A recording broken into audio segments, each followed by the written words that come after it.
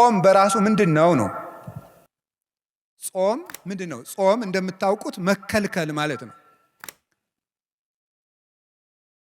ጾም ብሂል ተካልኦተ ብእሲ እመብል ወኃጢአት። ጾም ማለት ከኃጢአትና ከምግብ መከልከል። ጾም ቢባል ቃል በቃል ሲተረጎም ጾም ማለት መከልከል፣ መታቀብ፣ መሰብሰብ፣ መቆጠብ ማለት ነው። መከልከል፣ መታቀብ፣ መቆጠብ፣ መሰብሰብ ነው ጾም ማለት። ይሄ ቃል በቃል ሲፈታ ቃል በቃል ጾም የሚለው ግሱ ዝም ብሎ ሲፈታ ቃሉ እንዲህ ይፈታል። መንፈሳዊ ትርጉም ሲሆን ደግሞ ከኃጢአት ከምግብ በታወቀ ጊዜ በጊዜ ውቅ በታወቀ በተለካ በተሰፈረ ጊዜ ከመብልና ከኃጢአት መከልከል ጾም ይባላል። ለምንድነው ጾም የምንጾመው ነው? ጾም የሰው ልጅ የተፈጠረለት ዓላማ ነው። ይገርማችኋል የእግዚአብሔር ቤተሰቦች፣ ሰው የተፈጠረው ለመብልን አይደለም፣ የተፈጠረው ለጾም ነው። እና የምንጾመው ለምንድን ነው ካላችሁ ሰው ለመሆን ነው የምንጾመው። ሰው ለመሆን ነው የምንጾመው። ሰው የተፈጠረ ለጾም ነው። ኦሪት ዘፍጥረት ምዕራፍ 1 ቁጥር 26 ላይ እግዚአብሔርም በመጀመሪያ ሰማይና ምድርን ፈጠረ ይልና ምዕራፍ 1 ቁጥር 1 ላይ ምዕራፍ 1 ቁጥር 26 ላይ ምንድን ነው የሚለው? ንግበር ሰብአ በአርአያነ ወበአምሳሊነ፣ እግዚአብሔርም ሰውን በአርአያውና በአምሳላችን እንፍጠር አለ። በአርአያችን በአምሳላችን እንፍጠር አለ ይላል። ታውቃላችሁ፣ ይሄን ጥቅሱን የማታውቁት ነው አይደለም። ሰውን በመልካችን በአርአያችን እንፍጠር አለ። እግዚአብሔርን መስለን የተፈጠር ነው። እግዚአብሔር ይበላል አይበላም? ምእመናን እስኪ ተናገሩ እንጂ ይበላል አይበላም? አይበላም። እናንተ ዝም ብትሉ እኔ መሰክርለታለሁ። ይበላል አይበላም? አይበላም። ሰው ደግሞ በማን መልክ ነው የተፈጠረው? በእግዚአብሔር መልክ ነው የተፈጠረው።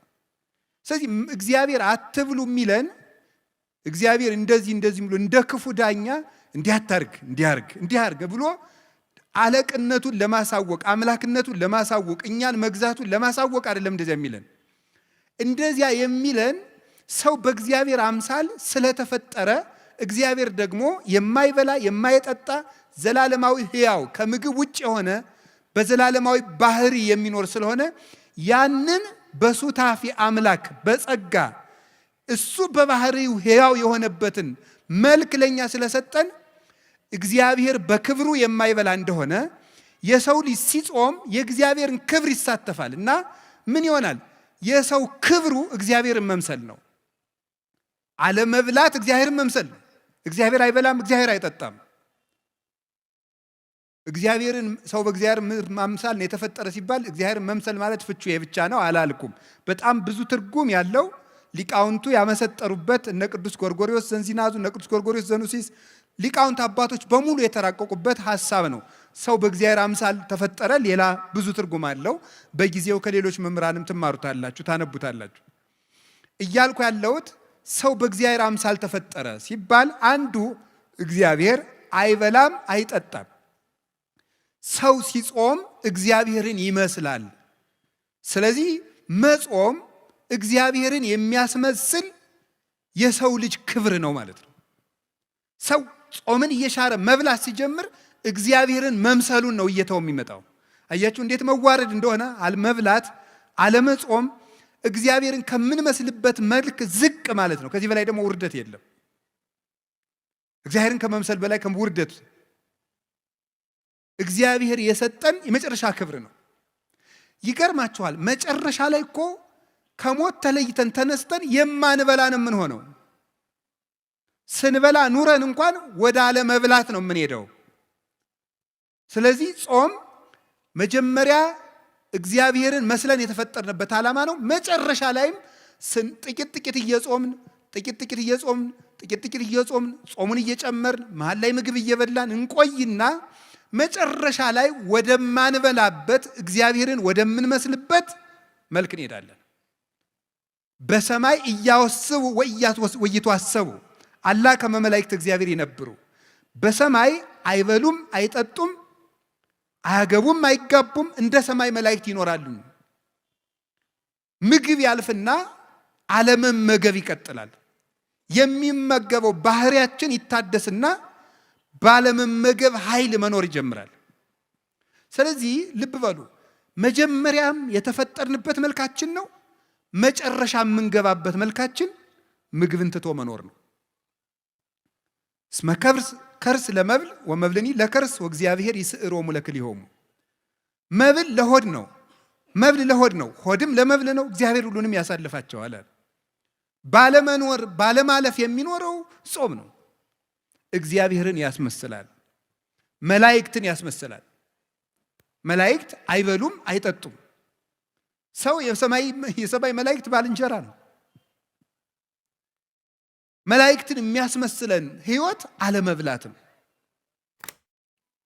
ስለዚህ ምንድነው ማድረግ ያለበት? ሰው ነው ዝም ብሎ ሲበላ መላካዊ ባህሪው ይጎዳል። ዝም ብሎ ደግሞ አልበላም ቢል እንስሳዊ ባህሪው ይጎዳል። መቆም አይችልም፣ ይታመማል፣ ይሞታል። ምንድነው ማድረግ ያለበት? የሰው ልጅ ሁለት ምግብ ነው የሚያስፈልገው። ለመላካዊ ባህሪው መጾም አለበት። ለሰብአዊ ባህሪው ወይም ደግሞ ለእንስሳዊ ባህሪው መብላት አለበት። ለእንስሳዊ ባህሪው መመገብ አለበት። ለመላካዊ ባህሪው መጾም አለበት። ሰው በአንድ ነገር ብቻ ከኖረ መኖር አይችልም ነው። ሰው ነን እኛ። ሰው ይሄንን ያካተተ ነው። እንግዲህ የእግዚአብሔር ቤተሰቦች አሁን የግራ ጎናችሁ በቁስል ነፍሮ በስብሶ የቀኝ ጎናችሁ ብቻ እድሜ ቢቀጠልለት ይጠቅማቸዋል እንዴ? አይጠቅም።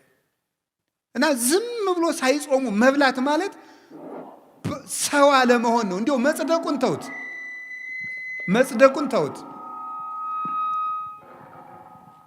መጽደቁን መንግስተ ሰማያት መግባቱ ጽድቅና ኩነኔ ገሃነምና መንግስተ ሰማያትን ተውት። አለመጾም ከሰውነት ነው የሚያወጣው፣ ከሰውነት ያወጣል። አለመጾም እንስሳ ነው የሚያደርገው። ቅዱስ ወግሪስ የተባለ አባት ምን ብሎ ይናገራል? በቀን 3 ጊዜ የሚበላ ሰው እንስሳ ነው ይላል። በቀን 3 ጊዜ የሚበላ ሰው እንስሳ ነው። በቀን 2 ጊዜ የሚበላ ሰው ሰው ነው። በቀን 1 ጊዜ የሚበላ ሰው ደግሞ መልአክ ነው ይላል። ይኸው እግዚአብሔር ቤተሰቦች አሁን ሰው መብልን እየቀነሰ ሲሄድ መልአካዊ ባህሪውን የሚሰለጥነው የሚያቅደው ነገር የሚያምር ሰው የማይጎዳ ሀገር የሚጠቅም ራሱን የሚያሳድግ አይምሮ ሁሉ ደብዛዛ አይደለም፣ ስል ነው፣ የተሳለ ነው። አሁን እኮ ይገርማል። ሰው ማሰብ ስላቆመ ክሪቲካል ቲንኪንግ ስልጠና ይባላል። ምኑን ያስበዋል? ሰው 24 ሰዓት እየበላ ሰጥሟል እኮ። እንዴት አድርጎ ያስብ? አሁን እኮ ማሰብ አቁመን እኮ ነው ራሱ እየተበላለን ያለው። እንድናስብ ራሱ መጾም አለብን። አይምሯችን እየበላ ማሰብ አይችልም ነው የምላችሁ። እኔ እውነቴን ነው። ሐኪምም ካለ እዚህ መጥቶ መከራከር ይችላል። ሰው ዝም ብሎ እየበላ ቁጭ የሚል ከሆነ ማሰብ አይችልም። ደሙ ያለ መጠን ይመላል። የደም ዝውውር የሞቀ ነው። እንደዚያ ባለ ቁጥር ደግሞ ዝሙት ይሰለጥንበታል። የሚያስበው ምኞቱን ብቻ ነው። ትክክለኛ ሐሳብ ማሰብ አይችልም። እንዴ ግን በደፈረሰ ውሃ ፊትን ማየት ይቻላል እንዴ? አይቻልም እኮ። ውሃው እኮ ሲጠራ ነው። እኛ እኮ አሁን ደፍርሰናል። መብላት ደፍራሳ ጭንቅላት ነው ያለ እና የምናስበው ነገር ሁሉ ደፍራሳ ነው። የጠራ ዕቅድ የጠራ ህይወት መኖር ከፈልጋችሁ እንዲያው ክርስቲያን ባትሆኑ እንኳን ጾም ሰውነት ነው ነው የምላችሁ። ወደ ጽድቁ እንመጣበታለን። ጾም ሰውነት ነው። ወደ ጽድቁ ቅድም ነግሬያችኋለሁ። እግዚአብሔርን የሚያስመስል ነው። ጾም ሰውነት ነው። ሰው መሆን ከፈልጋችሁ ጾሙ። አውሬ መሆን ከፈለግ ብላ 24 ሰዓት። እንስሳ መሆን ከፈለግ እንዴ እባብ እንኳን እኮ ይጾማል። እባብ 40 ቀን ይጾማል። ስለዚህ እግዚአብሔር ሰዎች ጾም ምንድነው ከተባሉ የሰው ክብር ሰውነት ነው። ሰውን ሙሉ የሚያደርገው ሲጾም ነው። የማይጾም ሰው ሙሉ አይደለም፣ ጎደሎ ነው። ጾም ቅድም ነገርኳችሁ፣ 3 ነገር ነገርኳችሁ። እግዚአብሔርን ያስመስላል፣ መላእክትን ያስመስላል። አይበሉም አይጠጡም መላእክት። ሀዩ ከመመላእክት ይባላል። የመላእክት ኑሮ መላእክት እንደኛ ባልንጀራ የሚሆኑን ምግብ በቀነስን ጊዜ ነው። ታውቃላችሁ ትንቢተ ዳንኤል ምዕራፍ 9 ቁጥር 21 ላይ እኔ ዳንኤል እየጾምኩ እየጸለይኩ ሳለ ቀድሞ የማውቀው ሰው ገብርኤል እየበረረ መጣ። ወገሰሰኒ በጊዜ መስዋዕት ዘሰርክ፣ በሰርክ መስዋዕት ጊዜም ዳሰሰኝ። ወመጻይኩ ከመአለቡከ ጥበበ እስመ ብእሴ ፍቶት አንተ ምስጢር ሊነግሩ የምትገባ ሰው ስለሆንክ ምስጢር ልነግርህ መጥቻለሁ አለኝ አለ። ቅዱስ ገብርኤል ወደ ዳንኤል ሲመጣ እየበረረ መጣ ነው የሚለው መጽሐፍ ቅዱስ። እየበረረ መጣ የሚለው እንደው ዝም ብሎ መጣ ለምን አይለውም? መላእክት የሚጾም ሰው ሕይወት ያጓጓቸዋል። ባልንጀራው ነው። ከብት የሚሄደው ወደ ከብት ነው። በግ የሚሄደው ወደ በግ ነው። ፍየል የሚሄደው ወደ ፍየል ነው። አሞራ የሚሄደው ወደ አሞራ ነው። መልአክ የሚሄደው ወደ መልአክ ነው። ወደሚጾመው ሰው መጣ እየበረረ። መላእክት ወደሚጾም ንጽሕና ወዳለው ሰው ለመምጣት ይጓጓሉ። ቅዱስ ገብርኤል ወደ ነቢዩ ዳንኤል ሲመጣ እየጓጓ ለምን? ጾመኛ ነው። ጥሬ እንብላ የሚል ጥሬ እየቆጠ የባቢሎን ምግብ ይቅርብኝ እንደዚህ ወዳለ ሰው መላእክት ደስ እያላቸው ነው የሚመጡት። አቡነ ገብረ መንፈስ ቅዱስ 562 ዓመት አልበሉም አይደለም? መላእክት እኮ ክንፋቸውን ለማልበስ ነበር የሚሻሙባቸው፣ ለመጋረድ እድል ለማግኘት ነበር የሚጓጉት። እና ምግብ ይሄ ያልታጠበ ዕቃ ተሐዋስያንን እንደሚሰበስበው ምግብ በተጠራቀመበት ሰውነት የሚሰበሰቡት አጋንንት፣ ክፉ ሐሳቦች ናቸው የሚሰበሰቡት። በሚጾም ሰው ዙሪያ ደግሞ የሚሰበሰቡት መላእክት ናቸው። ጌታችን መድኃኒታችን ኢየሱስ ክርስቶስ የማቴዎስ ወንጌል ምዕራፍ 4 ላይ እንደነገረን ወምዛ ሀደጎ ዲያብሎስ ወመፁ መላእክትን ዘያኩትጎ፣ ዲያብሎስ ፈተነውና አለ ምግብ አቅርቦ ጌታን ፈተነው። አልበላም ብሎ አሳፈረው። ዝርዝሩን መናገር ስላልፈለግኩ ነው። ፈትኖ አሳፈረው። እሱን ካባረረው በኋላ ምን ማለት መላእክት መጡ እያመሰገኑት ይላል። እዚህ ውስጥ ሊተላለፍ የተፈለገው ምንድን ይመስላችኋል? አንደኛው ሊቃውንቱ እንደሚተረጉሙት ጌታን ሰይጣን ራሱ አላሸነፈኝም መላእክት ተራርተውት ነው እንዳይል ነው ይላሉ። መንፈሳዊ ደግሞ ከኛ ጋር የሚሄድልን ምንድን መሰላችሁ? ዲያብሎስ ጌታን በትኩስ ዳቦ ከፈተነው በኋላ ጌታ ድል ከነሳው በኋላ መላእክት መጡ አለ። ምን ማለት ነው? የስስትን ሰይጣን ብሉ ብሉ ብሉ ብሉ እያለ የሚፈትነውን ጾም ለማስፈረስ የምግብ ሽታ እያመጣ ምግብ የሚጋብዙ ሰዎችን እያመጣ የሚፈትነውን ሰይጣን ወደ አሸነፈ ሰው መላእክት ይመጣሉ ማለት ነው። መላእክት ይመጣሉ።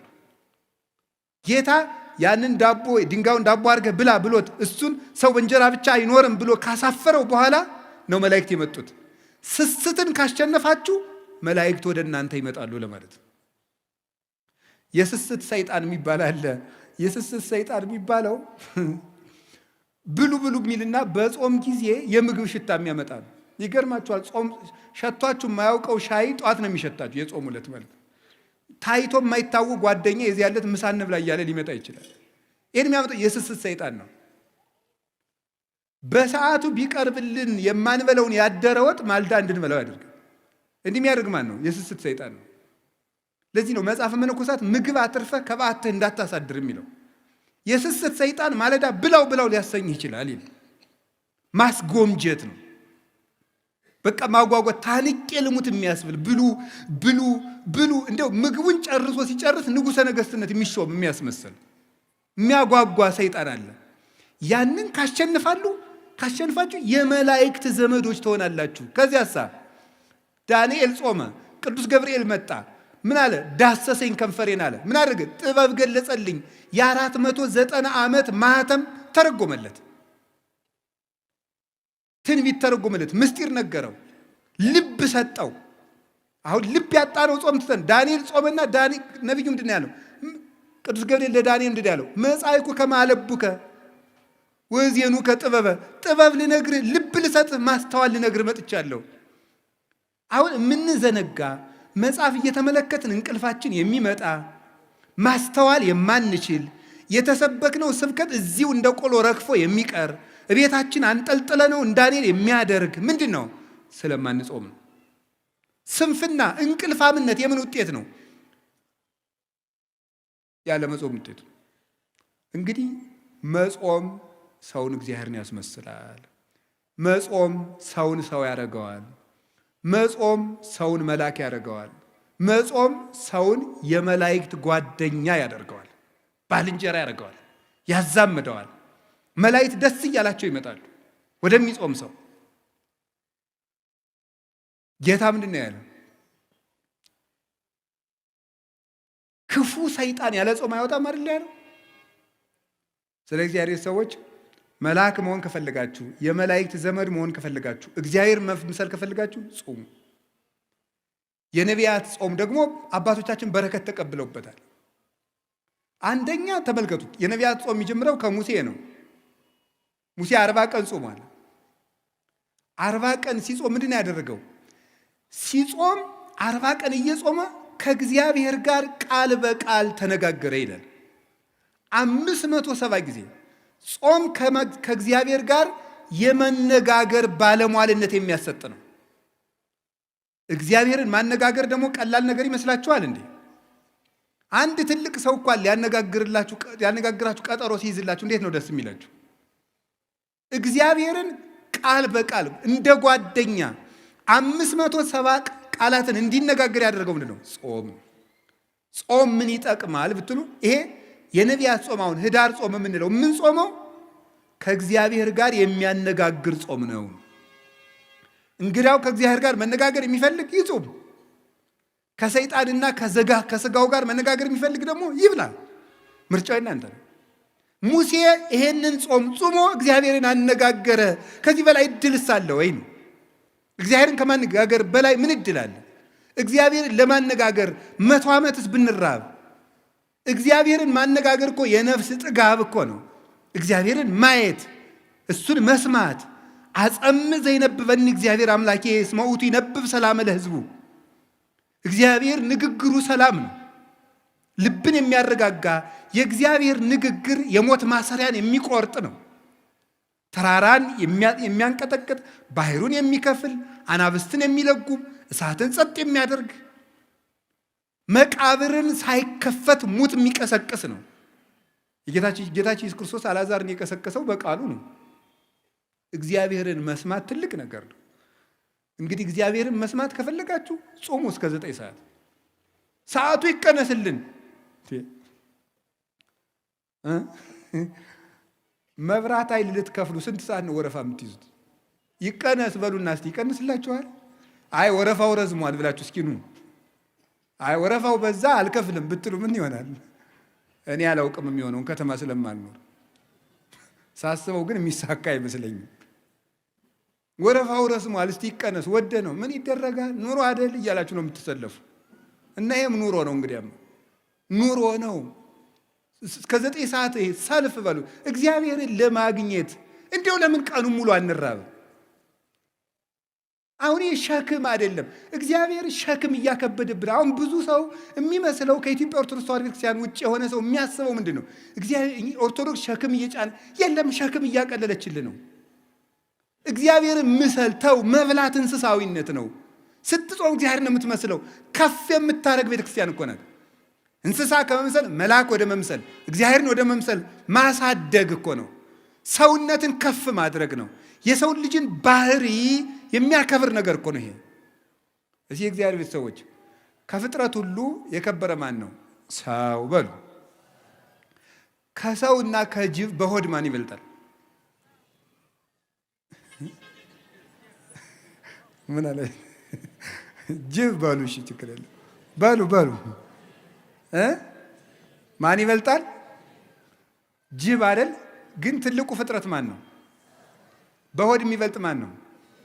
ይሄ እንግዲህ ስለዚህ አንፌር ነው ማለት ነው። እኛ ከበለጥን በሆድ መብለጥ ያለብን ማንን? እኛ ነበር መብለጥ የነበረብን። የከበርን ፍጥረታችሁ እናንተ ናችሁ ብሎ ከጅብ ያነስን ከበላን ተበድለናል ማለት ነው። መብታችን እንግዳ ምንድን ነው ካላችሁ የሰው ክብሩ ምግብ አይደለም ማለት ነው። ትልቁ ፍጥረት ትንሽ ይበላል፣ ያነሰው ፍጥረት ትልቅ ይበላል። ለምን? ትልቁ ፍጥረት ትንሽ የሚበላበት ምክንያት የሰው ክብሩ ምግብ ስላልሆነ ነው። አሳማ ብዙ ይበላል። አሳማን ግዛ ተብሎ የተፈጠረው የሰው ልጅ ግን ትንሽ ይበላል። አህያ ብዙ ይበላል። አህያን የሚነዳት የሰው ልጅ ግን ትንሽ ይበላል። አንድ አቅማዷ ፉርሽካ የበላችውን አህያ ግማሽ እንጀራ የበላ ሰውዬ ነው የሚነዳት። አየው ሆድ አያከብርም ጌታዬ። ሆድ ያስነዳል እንደ አህያ። ሙት ከልቤ እኮ ነው እንዴ፣ እውነቴን እኮ ነው። ሆድ እንደ አህያ ነው የሚያስነዳ። ሆዳም ከሆናችሁ ትነዳላችሁ። እውነቴን ነው። ገባችሁ? ሆድህን ከቀነስክ ትመራለህ ማለት ነው። ሆዳም ከሆንክ ትነዳለህ። እንደዚህ ነው የምትሆነው። ሆዳም ሰው ምንጊዜም እንደተነዳ ነው የሚኖረው። የራሱ ሀሳብ የለውም። አህያ ምን ሀሳብ አላት? መነዳት ነው። አቱኑ እንደዚያ ጹሙ። ከጾምን ነው እግዚአብሔር የሚያከብረን። ከቃሉ ጋር ናችሁ? ከቃሉ ጋር ናችሁ ወይ? አዎ። እግዚአብሔር ከሁላችን ጋር ይሁን።